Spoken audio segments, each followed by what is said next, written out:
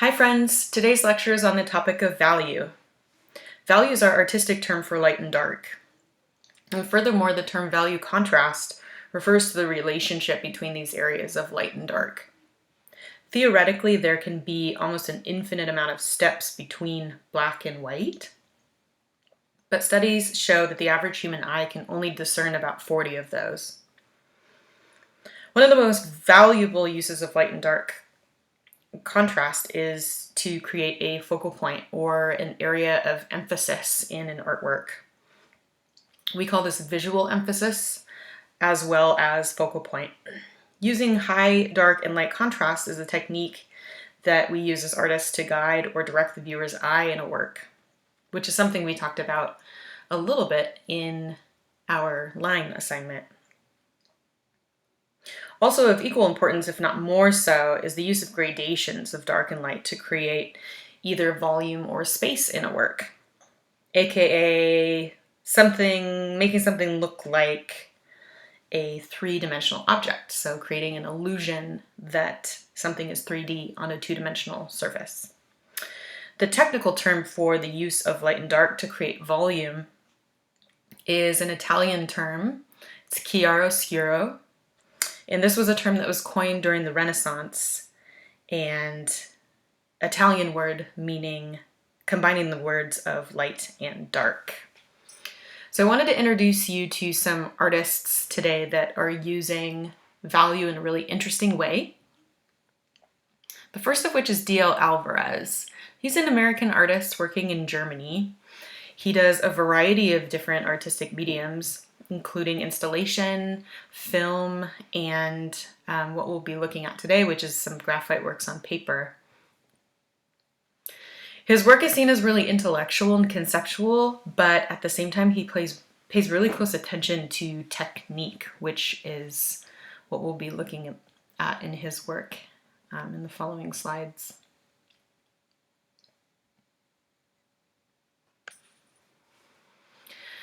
So D.L. Alvarez created a series of 18 drawings entitled The Closet, and that was in 2006-2007, and he was recreating a crucial scene in John Carpenter's 1978 blockbuster slasher movie Halloween.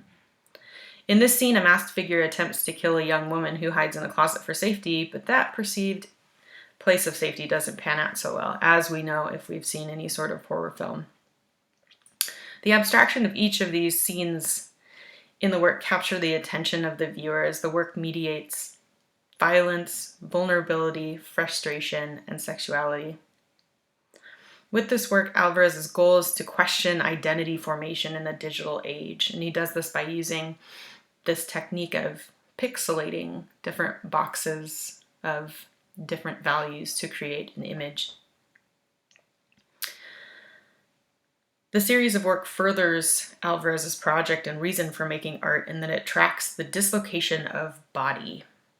For Alvarez, artwork is about figuring out answers to the questions of identity, which he sees as a complex concept influenced by culture and a mixture of personal events. So his goal with this, as with all of his artworks, is to address the unnatural side of human nature and grapple with those questions of identity. So let's look at some of his drawings here.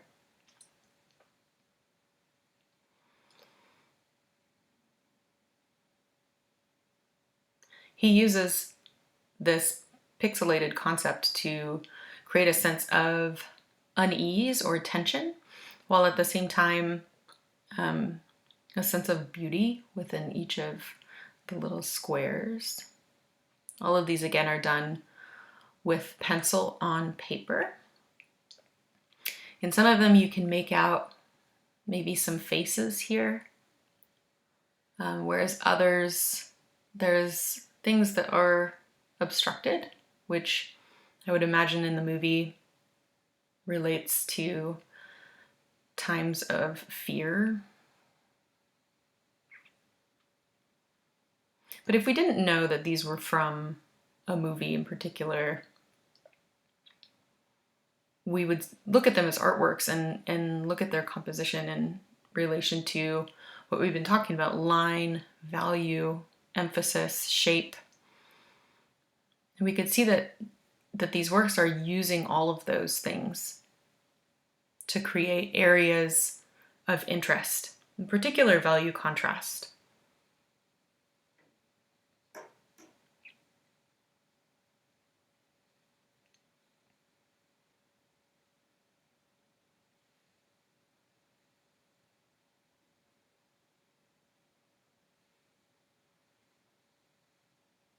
I'm going to stop on this one. I think this is one of my favorite ones.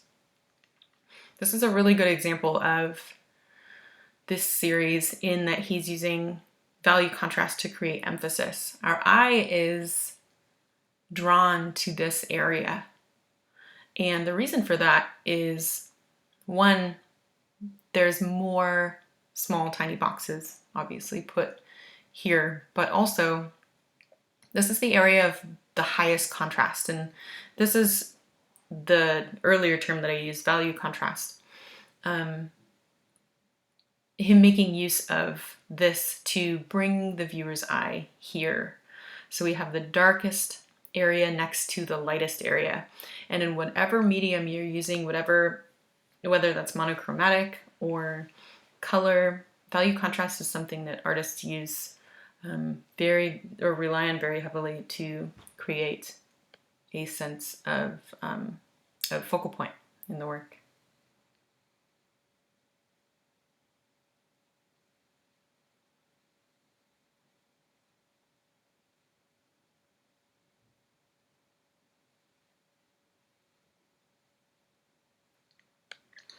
The next artist I want to share with you is Ivan Albright. And he's one of my favorite in a sense that he's doing something that is a little bit unique. Ivan Albright has work up in the Art Institute of Chicago, and he's a great example of the concept of using value in an artwork to create emphasis. Ivan Albright is known for his honest portraiture, and he paints in a style known as magical realism. Themes in his work include death, life, the material and the spirit, and the effects of time. So if we are familiar with the term and vanitas, which is a still life theme in art, most popular in the 16th and 17th century, then we could see that he's using this concept, even though he was working in a more recent time period. With his artwork, he demonstrates that value can be used to provoke an emotional response from the viewer, and he does this by exaggerating slight changes in value in his work. So let's look at some of his pieces. This one I think is my favorite. He has these very long descriptive titles, which is great. Also kind of funny. So this one is called Into the World There Came a Soul Called Ida.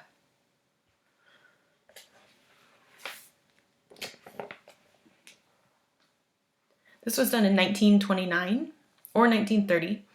It was gifted to the artist, it was gifted by the artist to the Art Institute of Chicago in 1977. And Ivan Albright was a Chicago native, and he actually graduated from the Institute. And so a little bit about the painting. I love the stories behind artworks because I find that the reason to create is because you have some sort of inspiration, and that's how I create. And so I love to hear the stories behind these. So I'm going to share that with you about this particular piece. So his sitter, his model, was actually a 20-year-old girl, which, based on the treatment of her skin and the value contrast, we don't necessarily get that idea. But obviously Ivan Albright's goal was not to depict beauty and youth, but to evoke a sense of feeling or pity for an older, maybe quote-unquote used up woman playing with her quote-unquote used up things.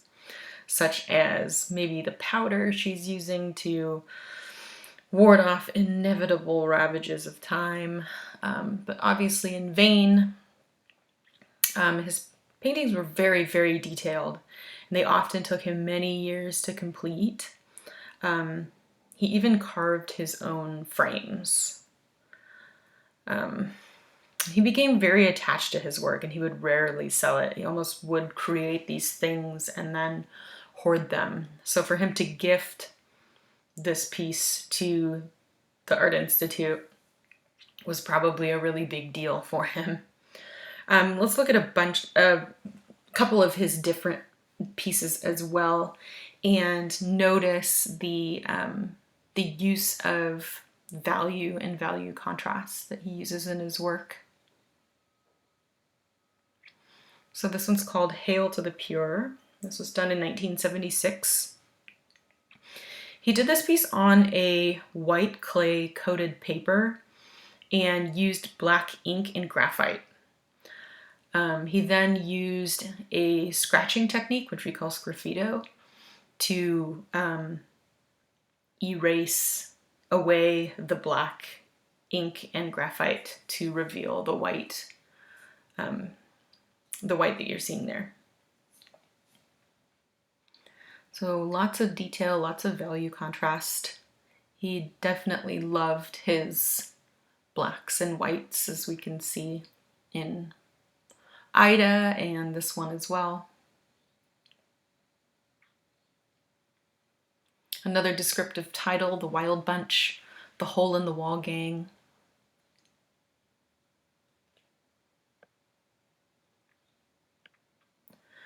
Which there's a lot of detail in this piece. And I think if we're talking about focal point based on our term value contrast and what we know about value contrast, I mean, I think we're looking definitely everywhere in the piece. There's a lot of value contrast areas. But I think for me, one of the places that stands out the most is here, and here, and here, which kind of guides my eye around all of the different elements that he has there. So even though it's busy, there are areas or moments for my eye to rest or breathe, which is something that we talked about as well when we were talking about shape and line and our projects for those. Guns, Bullets, and Boots, another descriptive title.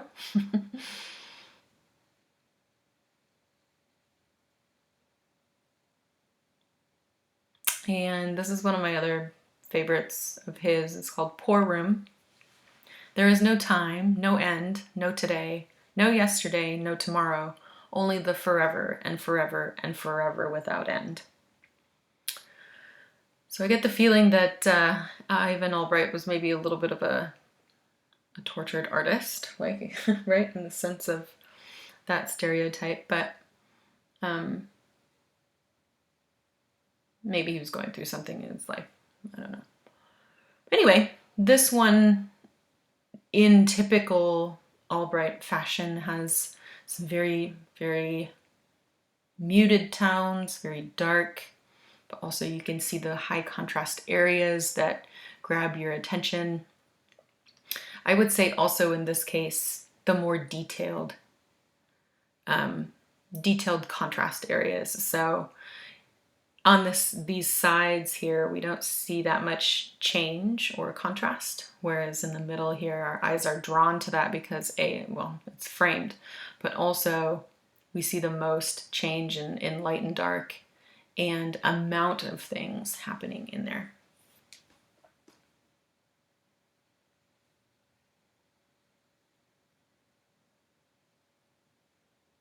That which I should have done, I did not do. This one also is pretty great. This hand obviously captures my attention very, very quickly because of the high contrast. But also leading my eye around at the same time.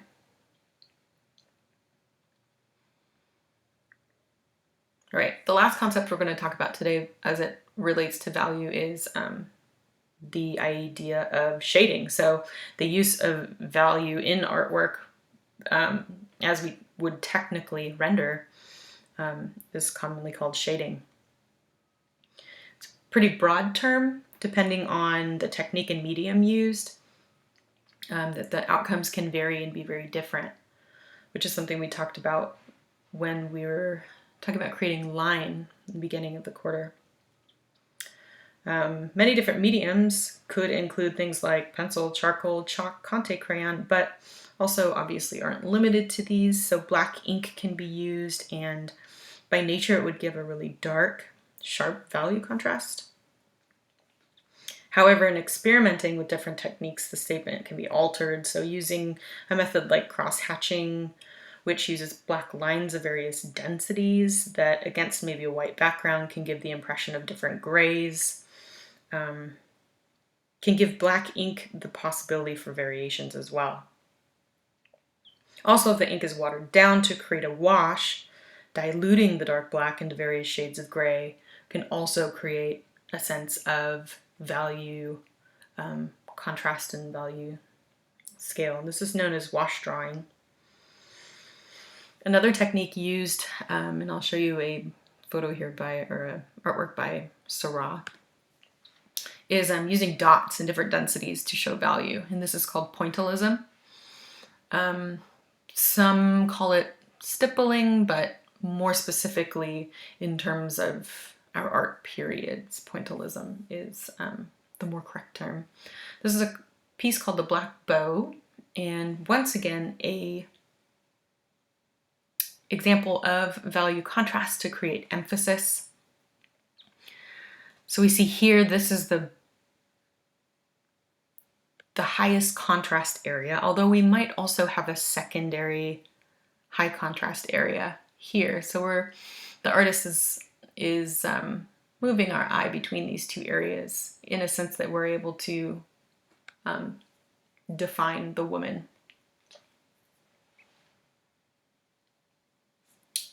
Also to be mentioned, this is also the method that computer programs use to create value. Okay, so let's talk about your assignment for this particular topic. I've uploaded these to Canvas. You're going to create value grids, and here's an example of the template. I've uploaded this. You can print it out and use this, or you can draw these boxes just by yourself in your sketchbook using a ruler. So you're going to create a value grid using 3 different methods. So you'll need a pen or a Sharpie and a pencil. So you're first going to start out by drawing light horizontal lines every inch to break up the 11 equal sections, which I've already done for you on the template, unless you still need to do that step if you don't have a printer. This says using your ebony pencil. You can use your ebony pencil if you don't have an ebony pencil. A darker pencil, maybe in the 4B to 8B range, would be a good pencil to use for this first one.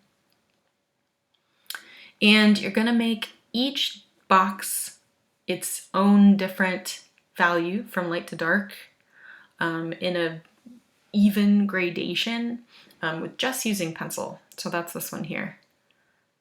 So you're going to use some shading and rendering techniques with just pencil to make that first box.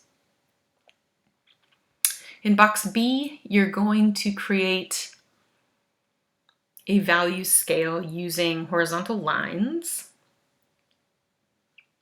With this, however, you need to use 6 lines per box.